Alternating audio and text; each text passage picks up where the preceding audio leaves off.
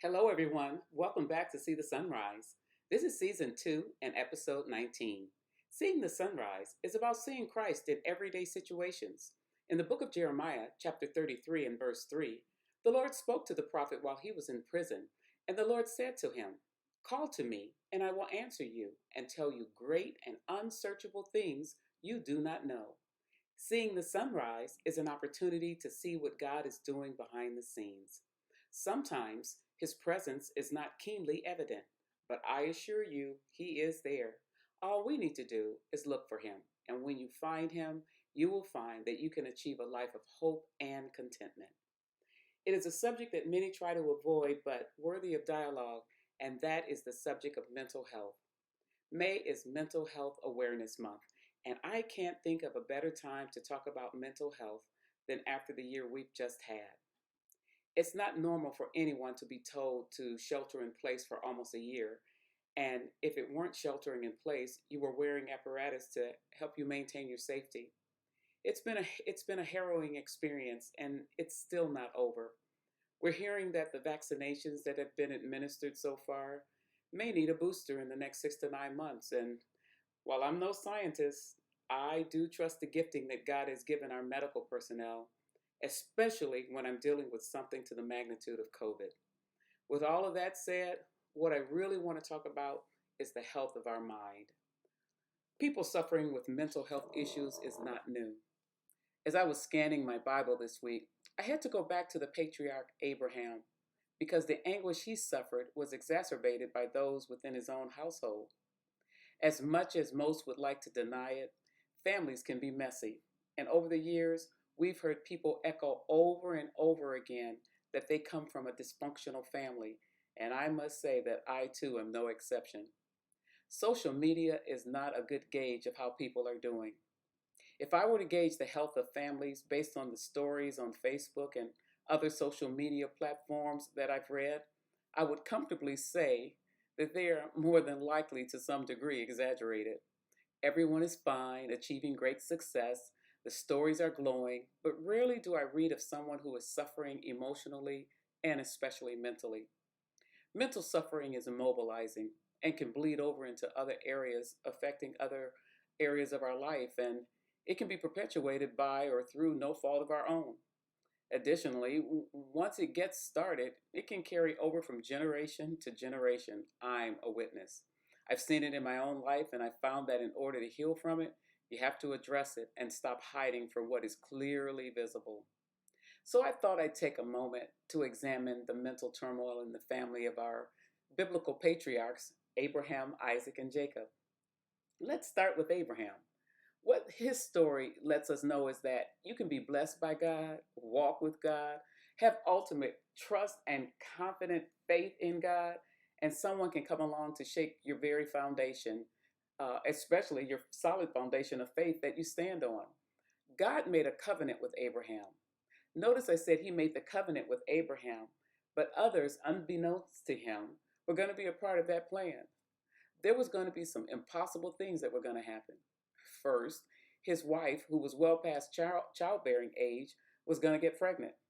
Now, you know, without me providing any additional explanation, what has to happen in order for someone to get pregnant. So, while it may have been exciting to hear such news, there had to be some level of anxiety as to how this was going to happen since Sarah was well past the ability, according to human terms, to have a child. The Bible said that when Sarah heard the news of her impending pregnancy that she laughed. Was she mocking God, or was the laughter a nervous anticipation or a level of mental anxiety?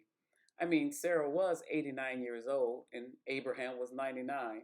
Do I need to say anything more? So let's keep going. God's message may have left Sarah hopeful for a while, but after 10 years of waiting and no baby, she decided that God needed some help. She was going to assist him with his plan. So what did she do? She sent her concubine Hagar in to sleep with her husband. Now keep in mind, Hagar had no say so because she was a servant, and as such, she had to be obedient to her mistress's bidding. She gets pregnant, has the baby, yet God told Abraham that the baby was going to come from his own loins. So let's fast forward. Sarah gets pregnant, has a baby, named him Isaac, meaning to laugh. Sarah sees Hagar's son outside mocking Isaac, and he asks Abraham to send Hagar and her son away. The son of Hagar's name was Ishmael, and he had nothing to do with all of this, and yet he's left in the desert with his mom. The boy is crying, and they are almost without water, and the only hope they have was of dying. There's a story of theirs is a story of dysfunctional, not operating normally or abnormal, and in it we see damaged relationships between families and between workers. We see damaged relationships between siblings and within families. Think about it. From the beginning of time, there's been dysfunction. Cain and Abel, Isaac and Ishmael, Jacob and Esau. Mental illnesses are associated with distress and or problems functioning in social, work, or family activities. So you can see from Abraham's story, there is some distress going on several fronts. So let's look a little further into Abraham's extended family. So he does have a child, and he names him Isaac. So Isaac grows, he takes a wife, and the wife becomes pregnant, but the pregnancy was troublesome to his wife, Rebecca. Remember, I said that mental health issues can be generational and can travel down, and it looks like that's what's happening with Isaac. His wife, Rebecca, she was in so much pain when she was pregnant that she prayed that she would die. She said, according to the word, she said, "If it is like this, why go on living?" She went to the Lord, and the Lord answered her, telling her that there were two people in her womb, and that one would be stronger than the other, and that the younger would rule the older. Which, in fact, if you understand Jewish custom, it goes against custom. Usually, the elder is the one, the heir, initial heir apparent. So let's move on. She has the babies. The younger holding on to the eldest's heel. They grow. There's favoritism between Isaac and Rebekah. Rebekah decides to deceive Isaac and puts a ruse in place so that Jacob, the younger, will receive the blessing that God had already said he was going to have anyway, but she had to get involved. But he was going to receive the blessing from his father instead of Esau, his twin brother. And now Esau is suffering from mental anguish because of what has been stolen from him. And Jacob is sent hiding out in his uncle's home. And so it continues. Can you see the distress that's being caused within the family, the ongoing dysfunction, and how it affects the individuals immediately, but also people around them? Mental illness is not just one single thing, and it takes on many forms and identities.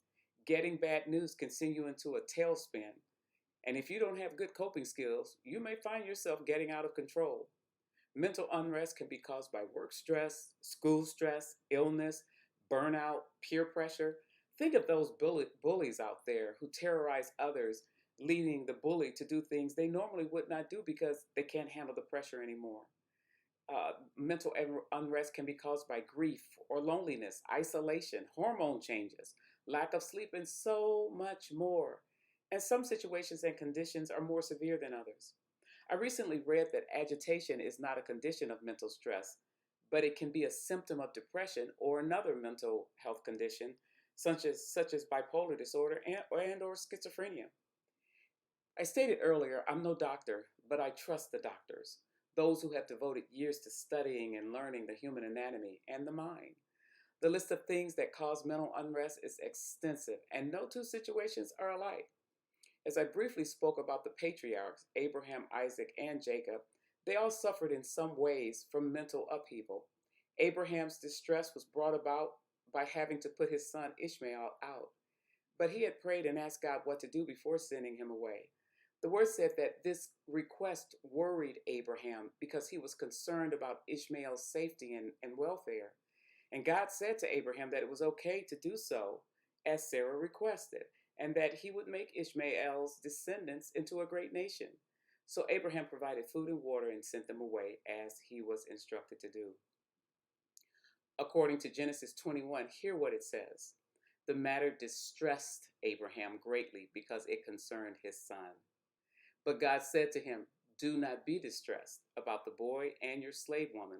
Listen to whatever Sarah tells you, because it is through Isaac that your offspring will be reckoned. I will make the son of the slave into a nation also, because he is your offspring. You hear that word distressed? Abraham was distressed. which means he suffered extreme anxiety, sorrow, or pain. Isaac also suffered.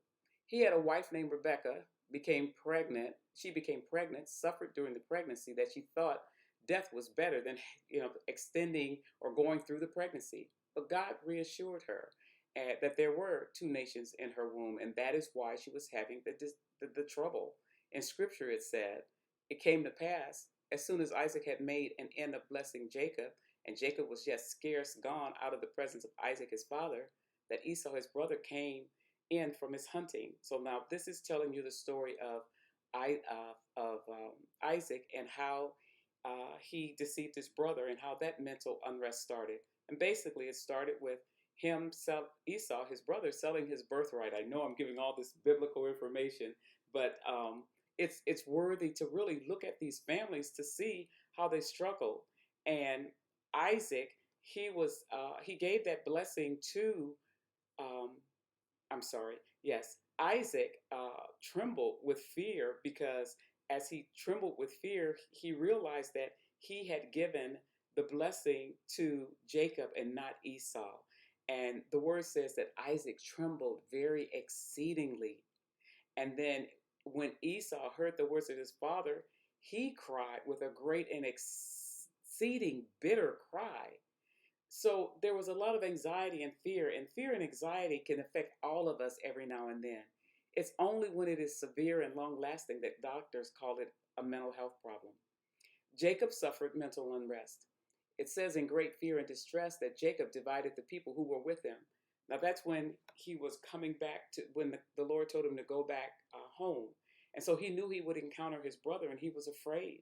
And he said, Jacob prayed, "Oh God of my father Abraham, God of my father Isaac, Lord, who said to me, go back to your country and your relatives, and I will prosper you. I'm unworthy of all your kindness and faithfulness," he said in his prayer. He said, "You have shown your servant great mercy." He said, I had only my staff when I crossed the Jordan, but now I have become two camps. Save me, he says, I pray, from the hand of my brother Esau, for I am afraid he's going to come and he's going to attack me. And so he sent groups of his family ahead, hoping that that would help dissolve some of the anger and the mental unrest that he had, but also some of the hatred that his brother had for him. Remember, I said that sometimes your mental unrest can be at the hands of another, and the ongoing dysfunction in Abraham's family affected generations to come. There's much to be said about how others can be the originators or the exacerbators of your mental unrest, and understanding and finding the source of it can be the beginning of healing. Abraham suffered, but Abraham also had trust in God. And it was when he trusted God that his mind was quieted, because it was his faith and trust in God that garnered him. Isaac suffered because of his deceit acted upon him by his wife and son. Jacob was the outlier who suffered because he listened to his mother, but he prayed and it was God who delivered him. You hear these stories? You hear where their peace came? Our faith in God is an effective source for healing. In fact, I would say he is the ultimate source of healing. However, if your faith has not reached that level of trust, it's okay. There are well-trained professionals out there who can get you to a place of healing. I encourage you, trust them, go to them. This is a really important subject, and so we're going to continue talking about it next week and give you some more examples through biblical literature of individuals who suffered from mental unrest and how they overcame it, or if they overcame it. You'll hear about people who, like Nebuchadnezzar, who unfortunately did not overcome, not in a way where he trusted God. He was an evil king, but we'll continue to talk about that subject next week.